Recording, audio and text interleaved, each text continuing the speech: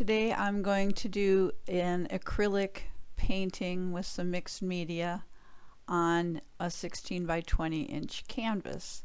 So I'm just starting out with some white gesso and I'm going to prime,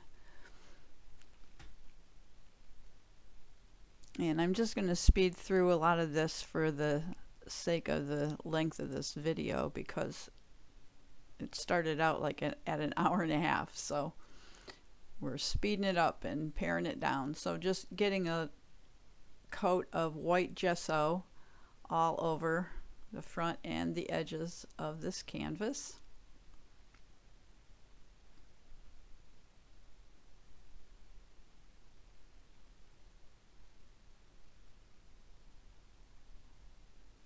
And then I have some black gesso and I'm just going to go right in on top of the wet white gesso and darken the edges all the way around and also paint the sides of the canvas.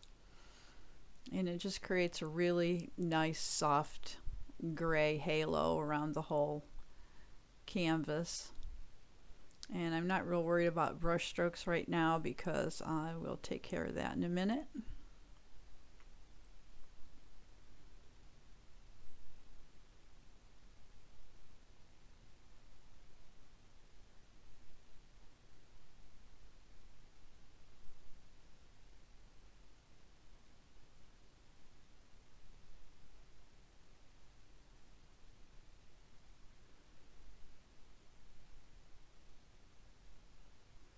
So I'm using a badger hair softening brush and just barely flicking across the top of the canvas into the wet medium to just soften and blend out both of those gessos and blend them together. And then I'm just drying it off real well. All the drying times in this video have been sped up and a lot of it cut out just because you don't need to watch me dry, but when you see me drying, I'm drying until it's completely dry before I go on to the next layer.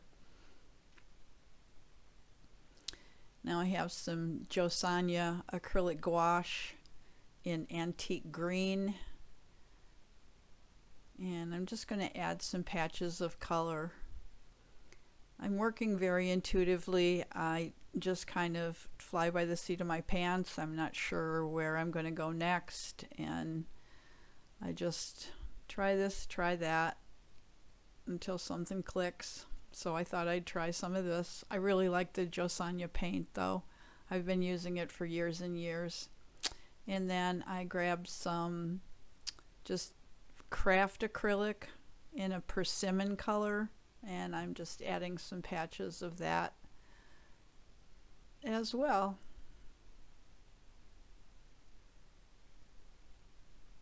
And you will see as we go along that you don't really end up seeing any of those colors. And now I have some Martha Stewart acrylic in wedding white, and I'm just pushing the green and persimmon colors back and kind of blending them on the canvas to just soften the whole look.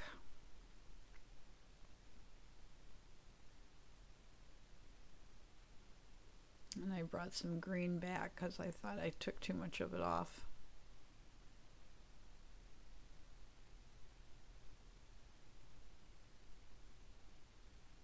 And I just went from the tube right onto my brush.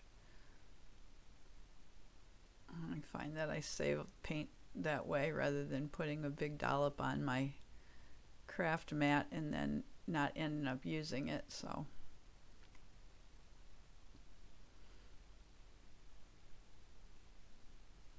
I'm just kind of going back and forth between the green and the persimmon, trying to get the ratio of color that I want on the canvas and the intensity that I want to keep.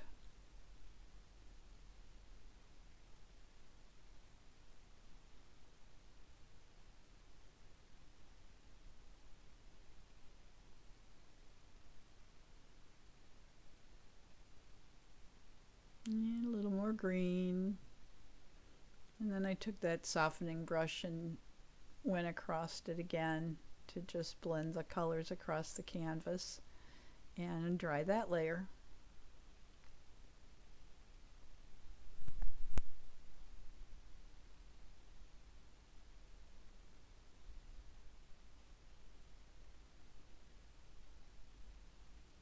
Next I took Galleria by Winsor & Newton in Payne's Gray. It's a heavy body tube acrylic, and I'm just going to apply that down the one side.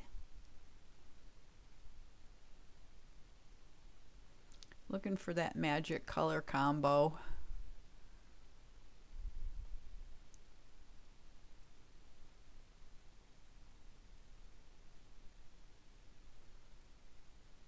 And as you can see, I've applied it heavy in some areas and lighter in others, and just kind of faded it out to that inside edge, and then I'm just modeling it with a baby wipe to try and let some of that underneath color come through a little bit.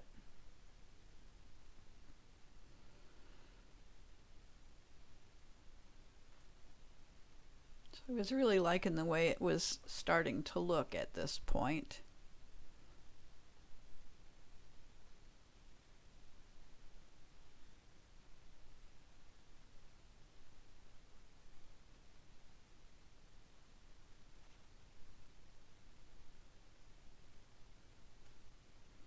And then I have some fluid acrylic paint in quinacridone gold, and I'm just applying that with my brayer. And I do have a book underneath the center of the canvas so that as I'm working, I'm not pushing and stretching the canvas. It gives me a more solid surface to work on without having to worry about stretching the canvas by pushing on it. And I'm just blending that around with the baby wipe.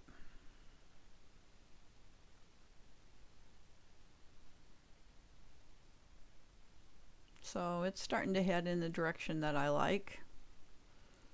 So then I just ran my brayer through the white acrylic, the Martha Stewart acrylic, and I'm bringing some light to the piece now.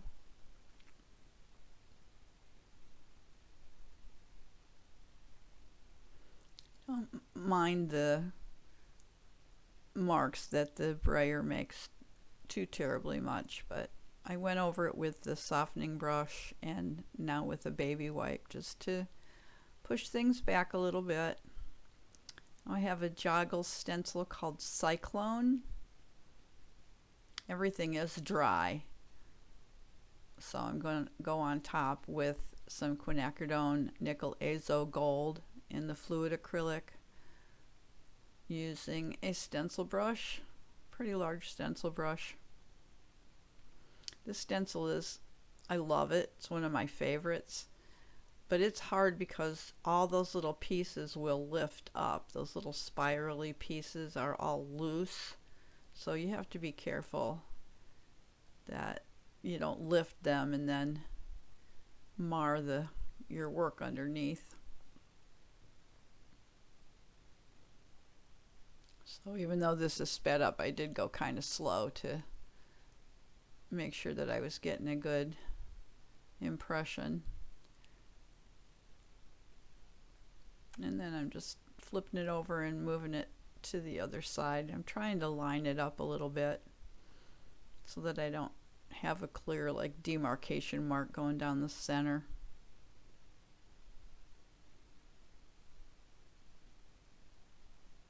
And when I use a stencil brush, I load it with paint, and then I dab off a lot of the paint. I work pretty dry. That way the paint doesn't run underneath the stencil. So I really like the way this looks. It's not solidly stenciled everywhere. I have some open areas where I didn't apply the paint through the stencil. It's kind of broken. Then I watered down some more of the Payne's Gray tube acrylic, and I'm using that splatter brush.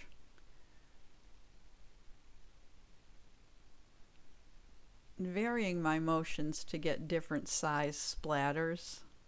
So when I tap it on my finger, I'm getting finer splatters. And then I took my time and dried all those little spatters really well. So now I'm really liking it, and you can see that the persimmon isn't really showing at all anywhere anymore. You get a little pop of the green up at the top. So I grabbed my texture paste and a palette knife, and I'm just buttering some texture paste in different areas. Some areas I have it thicker than others. I like the way it fades out when you apply it with a palette knife. And you get that kind of speckly look almost. I love that texture. And I just pat it into the thick areas to lift some of it up, almost like you would frosting, just to increase the texture in those areas.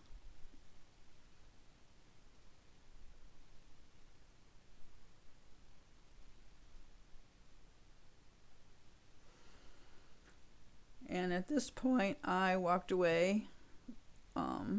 I partially dried it, but I wanted to make sure that it was really, really dry, so I walked away, left it overnight, and then came back to it. So this was the next morning, which was this morning, and I am using some JoSonja's acrylic glazing medium mixed 50-50 with the Payne's Gray tube acrylic, and I'm going over the texture paste, and I'll go over it 2 or 3 times to just really work it down into the crevices of that texture paste, and I end up with just kind of a dark matte almost all the way around the outside with the light in the center.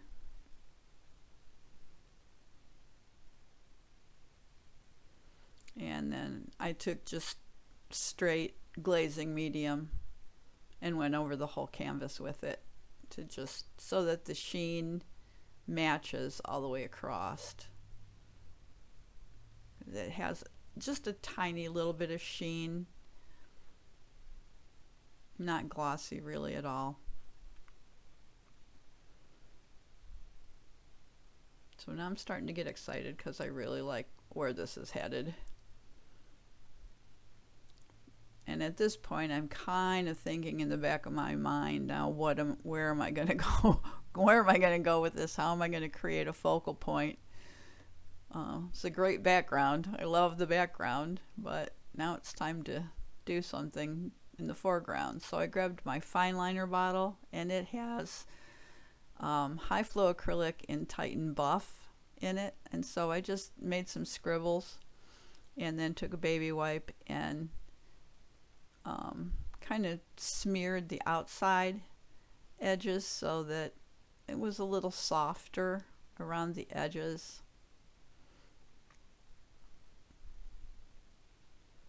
And I dried that really well. And as it dried, it kind of slunk back in a little bit. It didn't appear quite so starkly light. And then I went back in with my brayer and the high flow quinacridone Nicolazo Gold again, and pushed that scribbling back some, and also kind of lightened up that center again.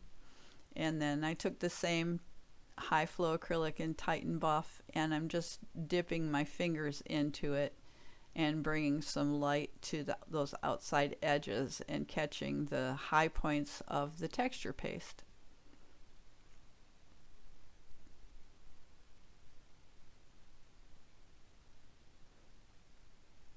And to me, that just kind of framed it off rather nicely, brought some light to the outside. And I'm sorry the canvas kind of got pushed out of frame a little bit at this point. I must have been getting excited about where I was going with it. So then I decided to use my Dina Wakley Funky Silhouettes, and this set has stencils and masks. So I'm using just a makeup sponge and some carbon black high flow acrylic to just go around the outside edges of the masks, so that inside the mask you see the pattern of the background. And then I'm taking a baby wipe and just softening that carbon black, kind of smearing it outward to just soften those edges so I don't have any sharp, harsh lines.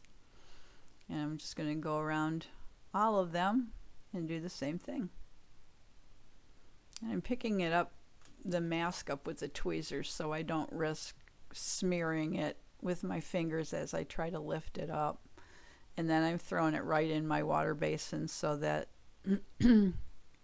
so that the paint doesn't dry on those masks.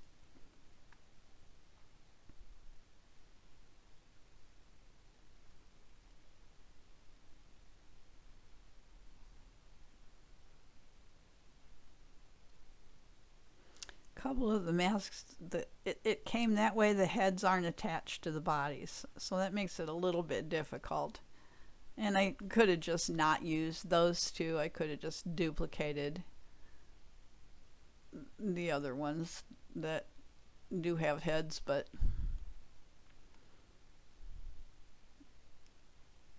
I didn't want that line across between the head and the body, so I just kind of rubbed the paint out in that area so it appeared connected.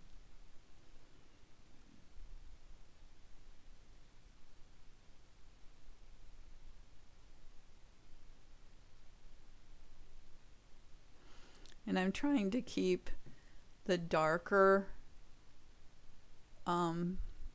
paint to the left hand side and lightening up the right hand side just a little bit so that it appears almost more like a shadow down the left side, to where it's just a little bit darker.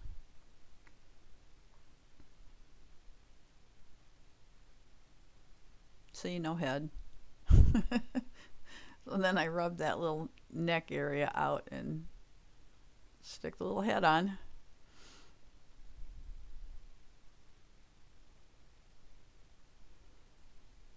But I tried to position each one of these so that I got different parts of the background showing through as the fill for the body.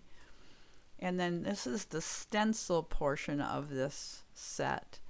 And what I wanted was just a couple that were stenciled in, but I'm going very, very light with the paint, with the carbon black, so that some of that background can show through the black, and then taking a baby wipe and even wiping more of it back. So the stencil images, I'm really pushing to the background as much as I can without totally losing them. And then the masked images stand out more. Not sure where I wanted to put that last one.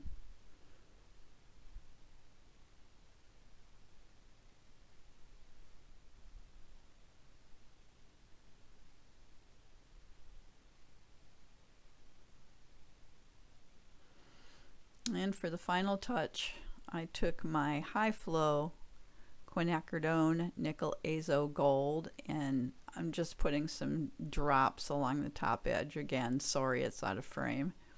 And then using my fine mist sprayer, spraying that and tipping it up and looking for some drips. So it needs a little more water. I didn't want a real intense color on those drips. I wanted them pretty watery, so that I didn't want them to really dominate. And then when I add spots of color along the top, I don't like them to appear like spots, so I kind of connect them across the top. When I lay it down, you'll be able to see what I mean. Just kind of pulled that color all the way across the top. So the drips are light in some places and darker in other places, and I really like the way this turned out. Just lots of texture. You can see I did add some stamping at some point that didn't make it on camera, and I also splattered with some really watered down Titan buff, so you can see there's just a few little lighter spatters in there as well. So I wait a couple days and give this a coat of acrylic satin varnish, and it will be done. I think I will find a frame and I may hang this in my house. I really like it a lot. So I hope you enjoyed watching. If you did, give this video a thumbs up, leave me a comment and let me know what you think, and in the meantime, go make some art. Bye.